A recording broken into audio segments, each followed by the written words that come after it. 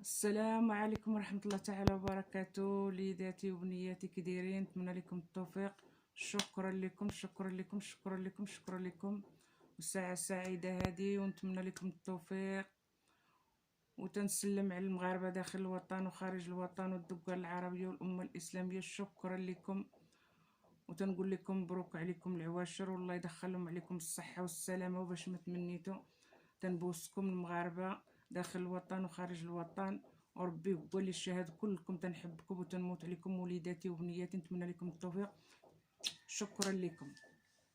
اليوم جيتكم بواحد الوصفة بحول الله وقوته، علاج الكبد. هاد الوصفة مجربة ناجحة 100% بقدرة الله، وحنا على السبب. هاد الوصفة يشهدوا الله عليا مني كنا حنا باقيين صغار، باقينا على الشبابية، وكانوا شي ناس تيمرضوا بها بحال هكا هاد الكبده، وتتصيفطنا الوالده والجده مسكينه الله يرحمها، وتتقول لك سيروا حفروا ليا هذا شوك الجمل. شوك الجمل ها هو كيفاش داير. دابا كاين راه باقي القوقه ديالو بحال تنقد فيها من الحصاد، غادي يخرج القوقه، وغادي يخرج واحد النقواره ديالها حرير ديالها بحال الموف، وغادي يكرم ديك النقواره ديالها، غادي تعود بحال القوقه، وغادي تخرج الزريعه ديالها. وديك الزريعه ديالها البذور ديالها هي اللي تنحتاجو، هي تنحتاجوها كامله، ولكن تنحتاجو حتى الزريعه. دابا راه غتمشيو عند اي عطار واي عشاب قريب لكم، غتقولوا ليه يعطينا بذور شوك، داك سميتو شوك الجمل، غادي يعطيه لكم. ها البذور ديالها كيفاش دايره. هذه غادي نشدوها، غادي نجيبوها منقيه من عند العطار، وغنطحنوها وغنديروها بودره، وغادي نديروها مع العسل وغادي نشربوها. هذا علاج الكبد. كيفاش غادي نديروا لهاد الشوك الجمال؟ غادي نمشيو نجيبوها نحفروها. دابا كاينه راه موجوده الباديه كلها الحمد لله، راها فيها، ما كايناش شي بلاصه اللي ما تتنوضش هذه شوك الجمال. كاع الدول العربيه تقريبا كاينه وتيفهموا ليها وتيعرفوها. هذه دقه بطله علاج الكبد. اللي عنده الله يستر الكيس في الكبده، او اللي تيكون تيداوي بالسرطان، هذه تقدر تعالجك وتساعد اللي تيدير الله يستر الشميور ديال الدواء، ولا تيدير العلاج ديال الدواء ديال السرطان. هذه تعالجك وتعاونك 100%. واللي عنده شي ميكروب اخر، او تيعاني من مرض الكبد، او ضاربو صفار الكبده، او عنده الماء في الكبده، او عنده الكبده منفوخه، او عنده فيها الله يستر الكيس، هذه دقه بطله.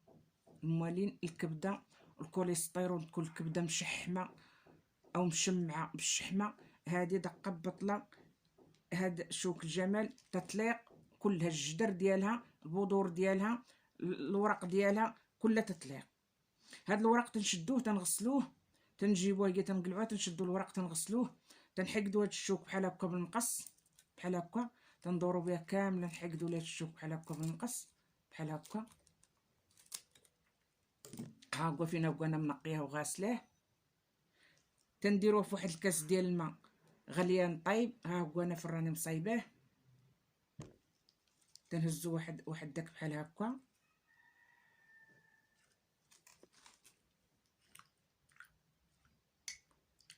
وتنخلوه حتى تيطلق ويغلى مزيان، واحد نص ساعه ولا ثلث ساعه، وهو في هذا الماء غليان تيطلق. نوضو الصباح عريق نشربو كاس بحال هكا غليان.